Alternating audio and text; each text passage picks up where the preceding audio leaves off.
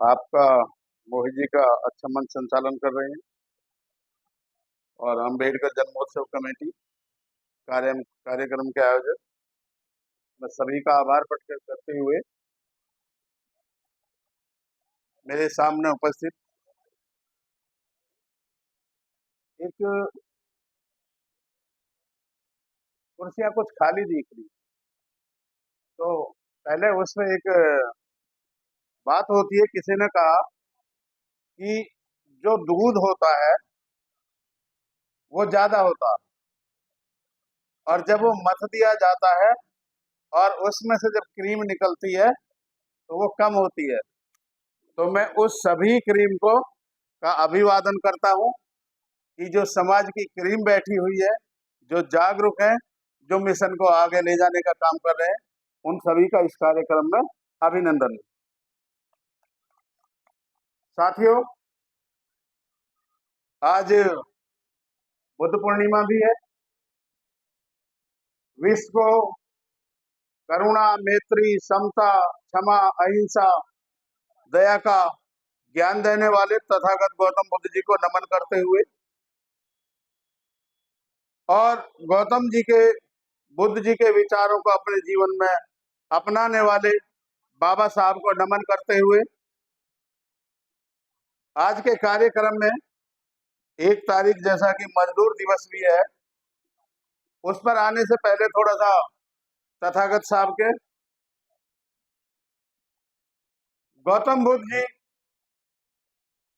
पूरी दुनिया के लिए अपरिहार्य है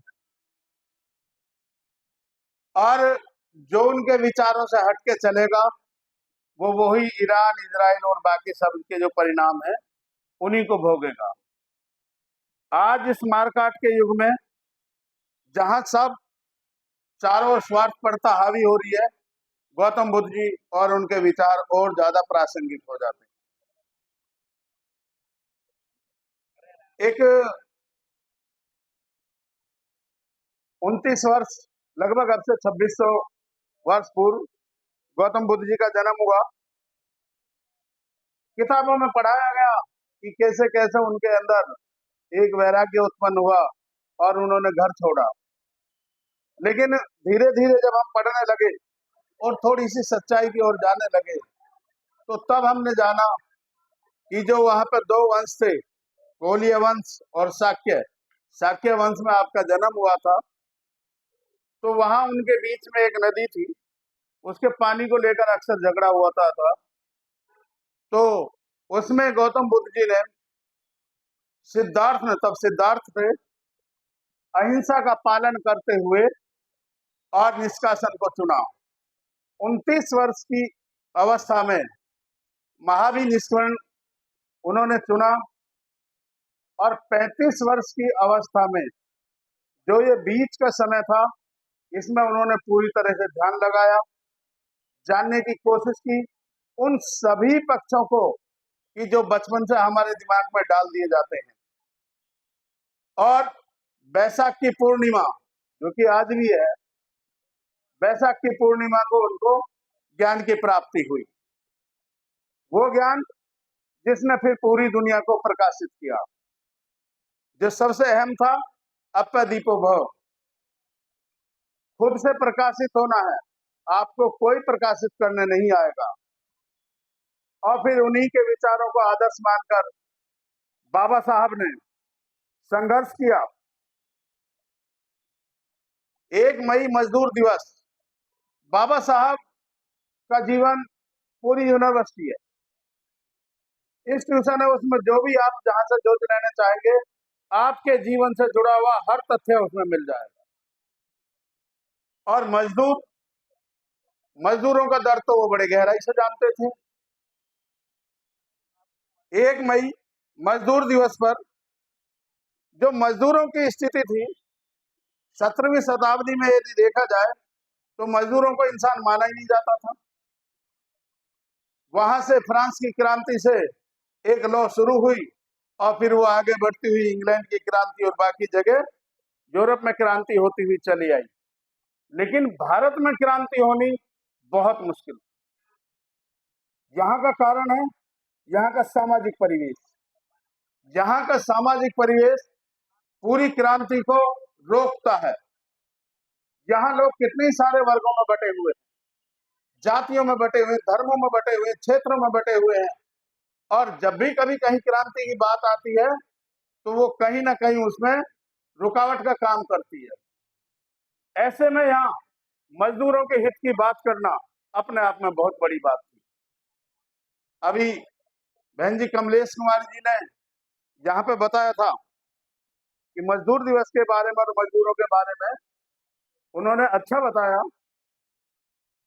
1936 में बाबा साहब द्वारा स्वतंत्र लेबर पार्टी की स्थापना की गई, जो वहां पर उनके 13 सदस्य भी चुनकर आए थे पार्टी की ओर से।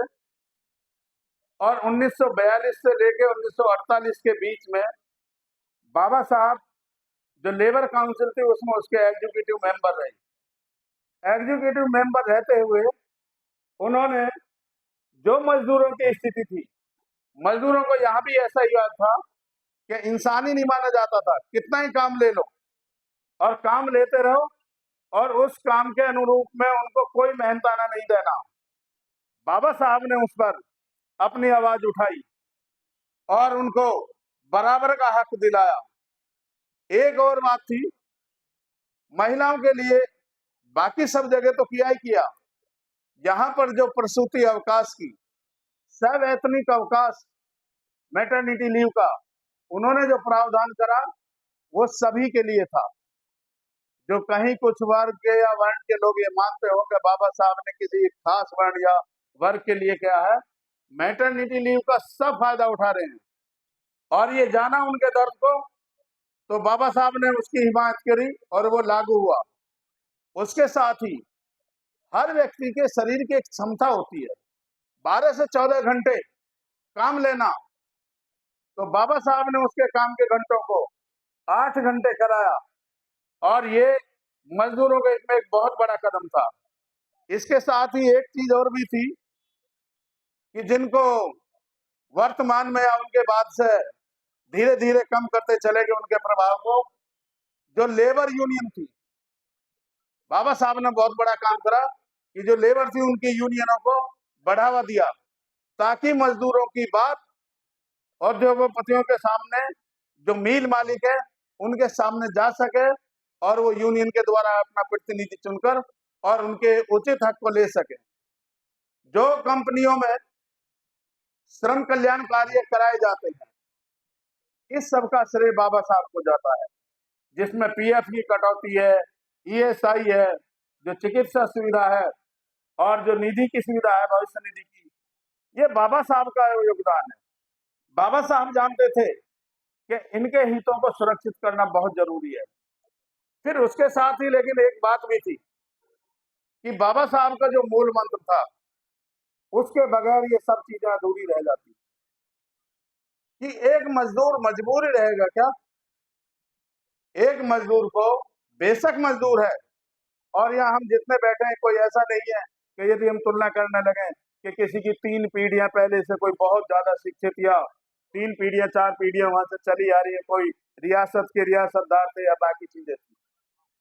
जो ये तरक्की है 60-70 साल का परिणाम है, 70-80 साल का। और ये किसके द्वारा हुआ? उसका एक ही है जो बाबा साहब का पहला मंत्र था, शिक्षित बनो। ये एक शिक्षा ही ऐसा माध्यम था कि जिसने आपकी स्थिति को परिवर्तित कर दिया। साथियों, चूंकि मैं प्रधानाचार्य हूं और शिक्षक भी हूं, शिक्षा से जुड़ा हुआ हूं, मैं शिक्षा के महत्व को जानता हूं। हम यहाँ खड़े हुए हैं, हम यहाँ बैठे हुए हैं, ऑफिसों में हम अधिकारी बने हुए हैं, उसका एकमात्र कारण सिर्फ और सिर्फ शिक्षा है। तो चाहे कुछ भी हो जाए, परिस्थितियां कैसी भी हो, आप अपने बच्चों को शिक्षित जरूर कराना और वो शिक्षा देना जो शिक्षा किसी तरह से उनका उन्नयन कर सके।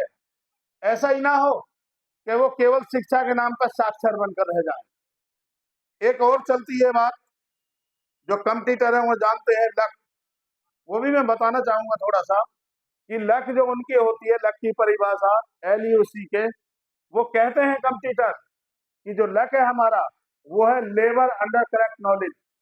मजदूर है, सबसे ज्यादा मेहनत करता है, लेकिन उसकी मेहनत सही दिशा में यदि जाएगी तो फिर उसकी सारी चीजें बदल जाएंगी। आपका जो संघर्ष है, आपकी जो मेहनत है, वो सही दिशा में होनी चाहिए। और जब मैं देखता हूँ एक मजदूर 12 साल तक वही बेलदारी कर रहा है, हम मजदूर को वहीं से लेते हैं और 6 महीने में या साल भर में उससे ऊपर तरक्की करके ठेकेदार या उससे ऊपर बाकी चीजें हो जाता है।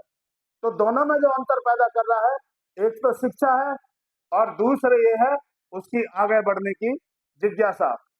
तो साथियों, बाबा साहब का हम सब पर ऋण है।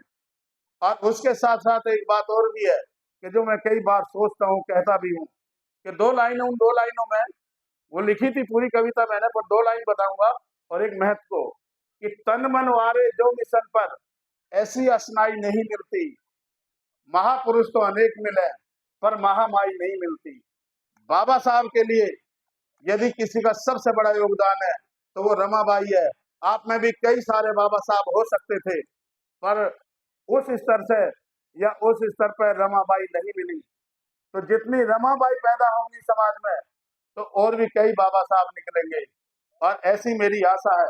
इन्हीं शब्दों के साथ सभी साथियों को जय भीम, जय भारत, जय संविधान।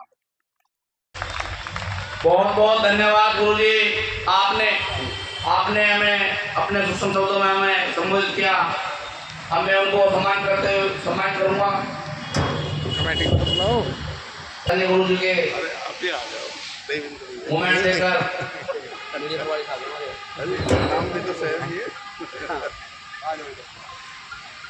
हमारे